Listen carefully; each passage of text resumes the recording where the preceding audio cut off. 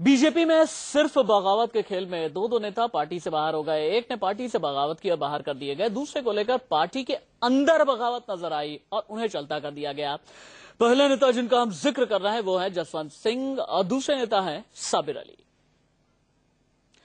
BJP में साबिर अली को लेकर मचे संग्राम पर आशुतोष ने ट्वीट किया है। आम आदमी पार्टी के नेता आशुतोष लिखते हैं कि पहले के मुताबिक और अब के साबिर अली ये दिखाता है कि बीजेपी कितनी बेचैन है। ये बेचैनी सरकार में आने को लेकर के है।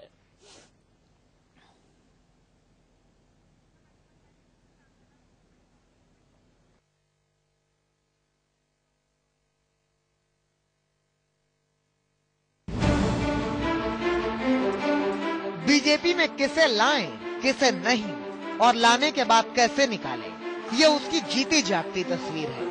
बीजेपी ने मुतालिक को 3 घंटे में निकाला तो साबिर अली को पार्टी में शामिल करने के 24 घंटे के बाद बाहर का रास्ता दिखा दिया।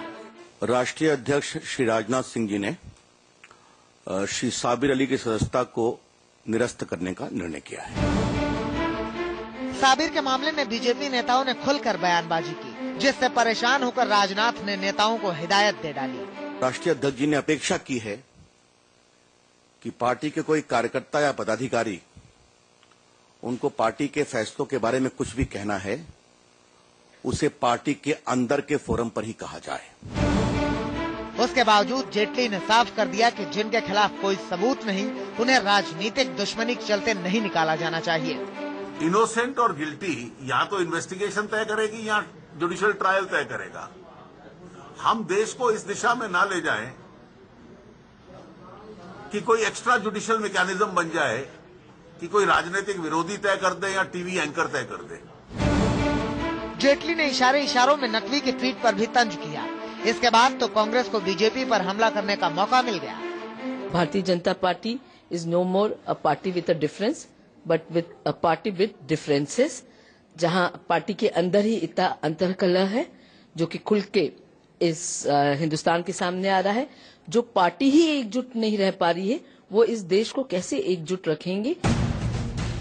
सवाल उठता है कि जिस साबिर अली पर बीजेपी में संग्राम मचा है वो आखिर हैं कौन। बिहार के रक्सौल के रहने वाले साबिर अली ने राजनीतिक करियर की शुरुआत रामविलास पासवान की पार्टी से साल 2005 में की थी। पासवान ने ही साबिर को राज्यसभा भेजा था।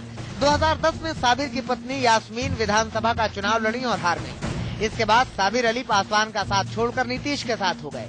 पिछले 3 साल से नीतीश की आवाज बनकर साबिर विरोधियों पर बरसते रहते थे। मोदी के खिलाफ आग उगलने वाले नेताओं की लिस्ट में इनका नाम लिया जाता था।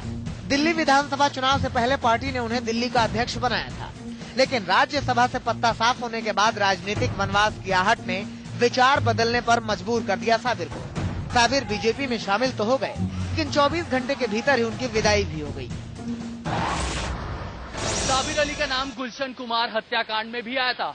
दाऊद इब्राहिम और साबिर अली के संबंधों की भी चर्चा थी। हालांकि पुलिस ने इस मामले में क्लीन चिट दे दी थी, लेकिन साबिर अली के आमदनी के जरियों को आज भी संदेह की नजरों से देखा जाता है।